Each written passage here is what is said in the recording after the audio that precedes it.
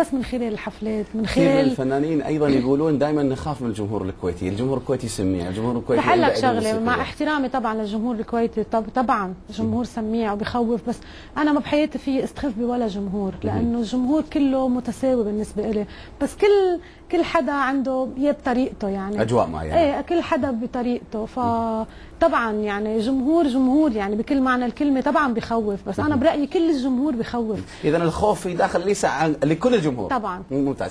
طبعا ما شاء الله اليسا اعلنت عطر نجوميه، نجاح باهر بالحفلات تبارك الرحمن. بس يبقى يعني القلب واخبار القلب هذه موجوده ومتداوله. قيل في الفتره الاخيره انه الفنانه اليسا على وشك ارتباط، هل هذا الكلام صحيح؟ لا والله ان شاء الله، دائما بقول فعل الخير منيح، فدائما ليك انا دائما حاضره لحب يعني.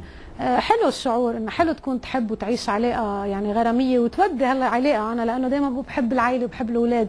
حلو تعيش علاقه حلوه، علاقه حب وغرام، وتوصل على العلاقه لانك تعمل عائله يعني بالضبط. بالنتيجه لانه حلو تعمل عائله مع شخص بتحبه يعني بلا.